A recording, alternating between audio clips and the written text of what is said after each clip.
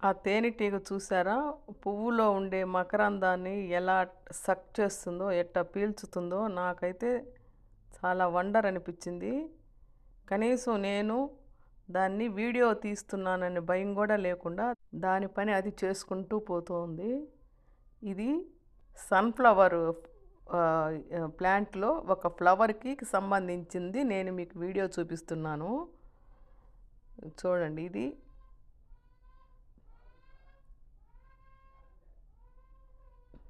చాలా బాగుంది చూడ్డానికి. నాకెందుకో మీకు ఇది వీడియో తీసి మీకు చూపించాలని అనిపించి, జనరల్‌గా ఈ హనీ బీస్ గానీ, ఈగలు గానీ, మనిషి కొంచెం దగ్గర వెళ్ళినా, లేదంటే ఏదన్నా వస్తువు అట వెళ్ళినా గూడా ఎగిరిపోతాయి కదా! కానీ ఇది చూడండి అస్సలు ఖాతరే చేయట్లేదు. దాని పని అది చేసుకుంటూ పోతా ఉంది. ఈ చివరి నుంచి ఆ చివరి వరకు మొత్తం అది తే మన పువ్వులో ఉన్నటువంటి ఆ స్వీట్‌నెస్‌ని అది పీల్చుకుంటూ ఉందనమాట.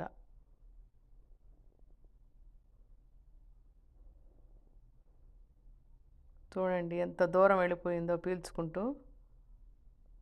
ఇట్లా సేకరించిన మకరందాన్నన్నిటినీ అన్ని బీస్ కలిపి ఒక తొట్టెలో అవి ఆహ్, అక్యుములేట్ చేస్తూ అంటే అది చేర్చి పెడుతూ ఉంటాయన్నమాట. ఆ విధంగా చేర్చి పెట్టి కొన్ని రోజులకి అది చిక్కటి ద్రవంలాగా తయారయ్యి మనకి తేనెలాగా తయారవుతుందన్నమాట. ఇదేనన్నమాట తేనె. తేనె ఎక్కడి నుంచో రాదు. ఇటువంటి హనీ బీసు ఈ ఫ్లవర్స్‌లో నుండి సంపాదించినటువంటి ఆ స్వీట్‌నెస్‌ని తీసుకెళ్ళి తొట్టెల్లో పెడతాయి. ఆ తొట్టెలో కొన్ని రోజులకి ఫిల్లప్ అయిపోయి తేనెలాగా మనము తీసుకుంటూ ఉంటామన్నమాట. ఇదేనన్నమాట తేనెటీగ యొక్క తేనె చరిత్ర.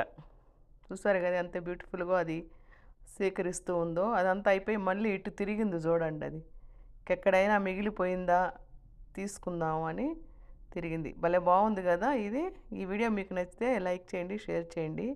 ఇది మా పెరట్లో ఉండే సన్‌ఫ్లవరు చెట్టేనండి. మరిన్ని వీడియోలతో నీకు రేపు కలుస్తా.